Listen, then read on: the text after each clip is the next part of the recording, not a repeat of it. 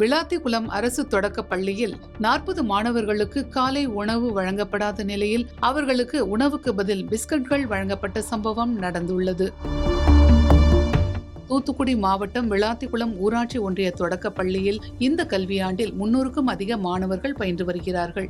இந்த பள்ளியில் தினசரி முதல்வரின் காலை உணவு திட்டம் செயல்படுத்தப்பட்டு வருகிறது. இதில் 250க்கும் மேற்பட்ட பள்ளி குழந்தைகள் உணவு உண்டு வருகிறார்கள். இந்நிலையில் 19ஆம் தேதி வழங்கப்பட்ட காலை உணவு பற்றாக்குறை காரணமாக 40 குழந்தைகளுக்கு வழங்கப்படவில்லை. இதனால் அவர்கள் பட்டினியால் தவிக்க விடப்பட்டனர்.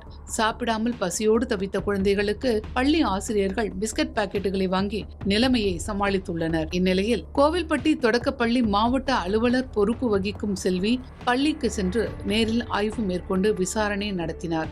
காலை உணவு போதிய அளவு இல்லாமல் 40 குழந்தைகள் பட்டினியோடு இருந்த சம்பவம் குறித்து கோவில்பட்டி தொடக்க கல்வி மாவட்ட அலுவலரிடம் விளக்கம் கேட்டபோது, பள்ளியில் புதிதாக மாணவர்கள் அதிக அளவில் சேர்ந்துள்ளதால் உணவு பற்றாக்குறை ஏற்பட்டுள்ளது என்று தெரிவிக்கப்பட்டது.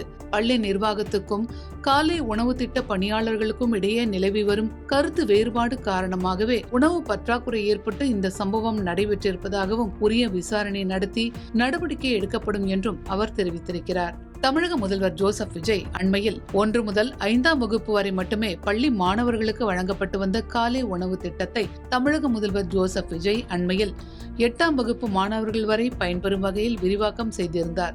இந்நிலையில் தற்போது விளாத்திகுளம் அரசு தொடக்க பள்ளியில் அதிகாரிகள் மற்றும் பள்ளி தலைமை ஆசிரியரின் அலட்சியத்தால் ஏற்பட்ட உணவு பற்றாக்குறையால் பள்ளி குழந்தைகள் பட்டினிக்குள்ளாக்கப்பட்ட சம்பவம் பெற்றோர் மற்றும் பொதுமக்கள் மத்தியில் அதிர்வை ஏற்படுத்தியிருக்கிறது. துறை சார்ந்த அமைச்சர் மற்றும் பள்ளி கல்வித்துறை அதிகாரிகள் உடனடியாக இந்த விவகாரத்தில் தலையிட்டு விளாத்திகுளம் தொடக்கப்பள்ளி மட்டுமன்றி தமிழகத்தில் உள்ள அனைத்து அரசு பள்ளிகளிலும் காலை உணவு திட்டம் முறையாக செயல்படுத்தப்படுகிறதா என்பதை உரிய ஆய்வுக்கு உட்படுத்த வேண்டும் என்று பெற்றோர் தரப்பில் கோரிக்கை எழுந்துள்ளது.